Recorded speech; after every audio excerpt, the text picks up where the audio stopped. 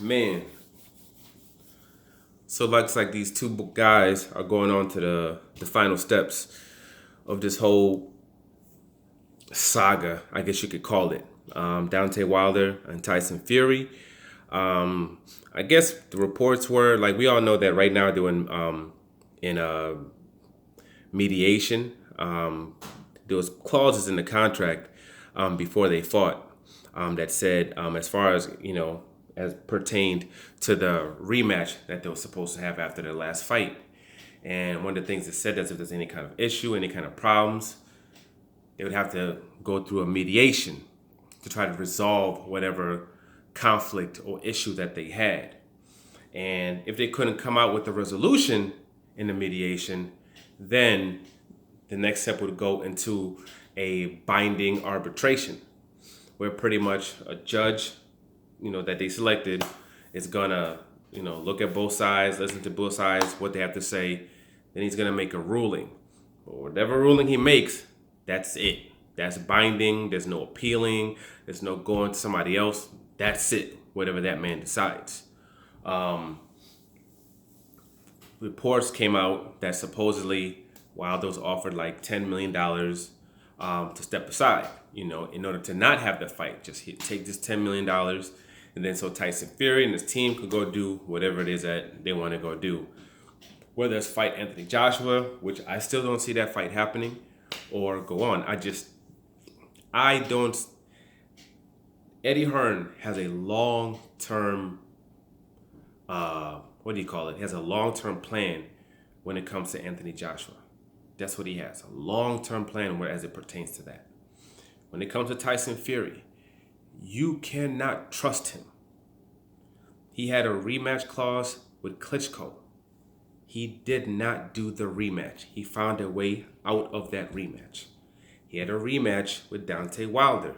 If somehow he wins this thing, or the judge rules in his favor, which I don't see how that would happen, but let's say it does happen, that would mean that would be a second fight that he had a rematch clause that he got out of, And then when it comes to the fight in general, there are questions about what happened in that ring and things were done. It's all fun and dandy to say, oh, he didn't do this, he didn't do that, he didn't cheat. That's all fun and games doing saying that until he's facing your fighter. Until now he's facing Anthony Joshua, someone that we already know is chinny. We already know that. So now somebody's using questionable methods inside of that ring against him, puts him in even more danger. And you lose that fight.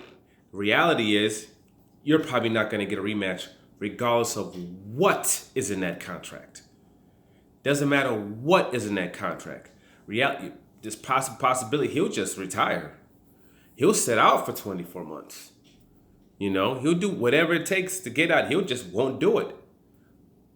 So you're taking that risk where you're not going to get a chance to do a rematch or to, avenge yourself, like with the Andy Ruiz situation. You might not get that. So for him to put his fighter in that type of situation, I just don't see it unless Joshua's talking about I got like two more fights and I'm done. If something like that's going on, then I could see him maybe entertaining something like that or doing something like that. But if Anthony Joshua intends on fighting for the next 6, 8, 10 years, I don't see how. And I don't understand people saying, well, there's all this money. The money Anthony Joshua's going to make in that fight, what they're going to generate that fight, he probably can make it in 2, 3 fights. Probably 3 fights. He can make that money. And you can only go by that one fight. And this, if they do it like in the Middle East with somebody putting up a huge site fee, something like that. Because you're not generating any kind of crazy money in the UK. You're not. The pay-per-views, $20-some a pop.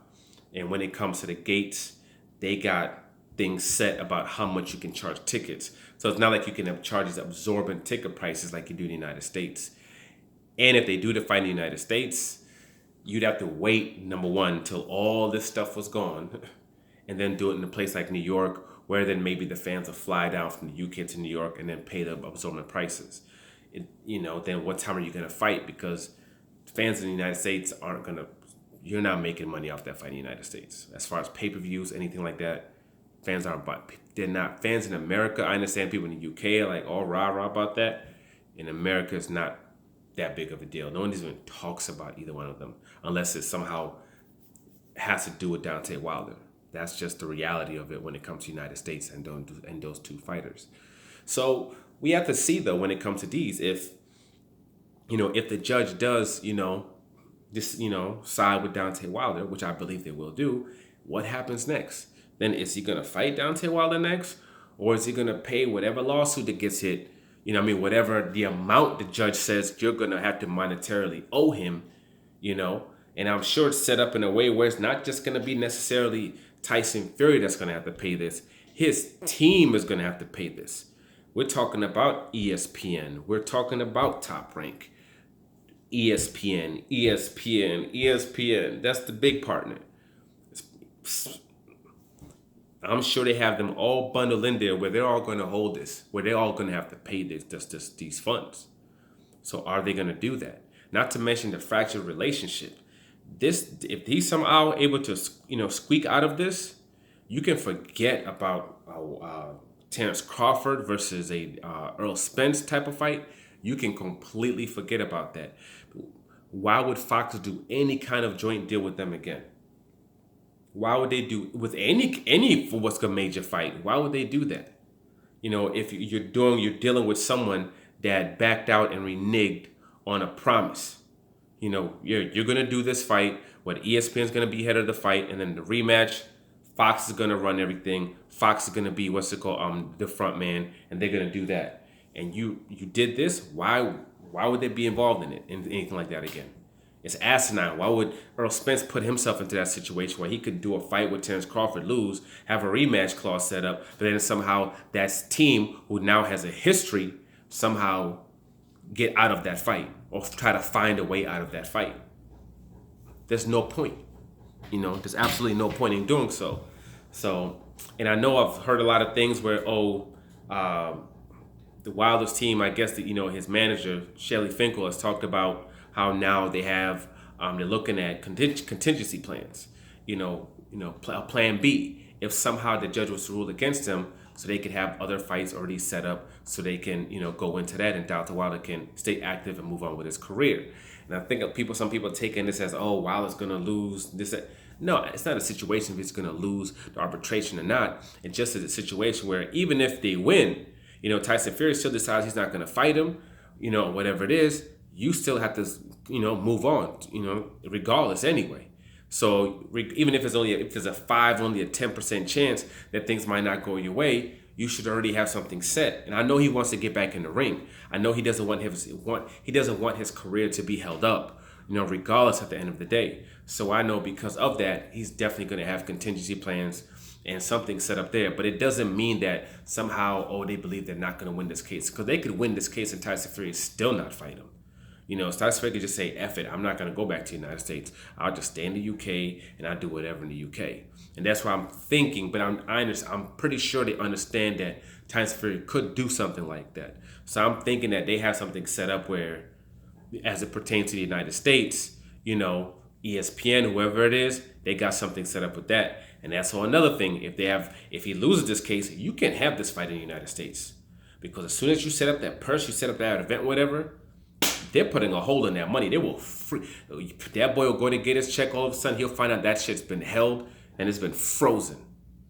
Those funds have been frozen, and all of a sudden that money will be out of that account. That account that's holding that money until the fight. All of a sudden, that money after your fight is done, that money will be gone.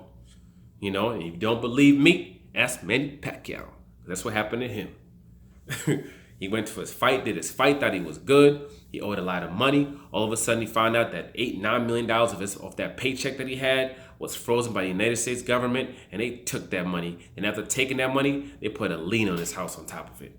Took his paycheck and then put a lien on his house on top of that. So, whatever plans they might have, if their plan was to, quote, have in the United States, that's probably going to be something that's not possible. Or if they do it, come fight night, end up having a bad surprise. But we'll wait and we'll see what happens in the saga. Like, subscribe, share. I'm out.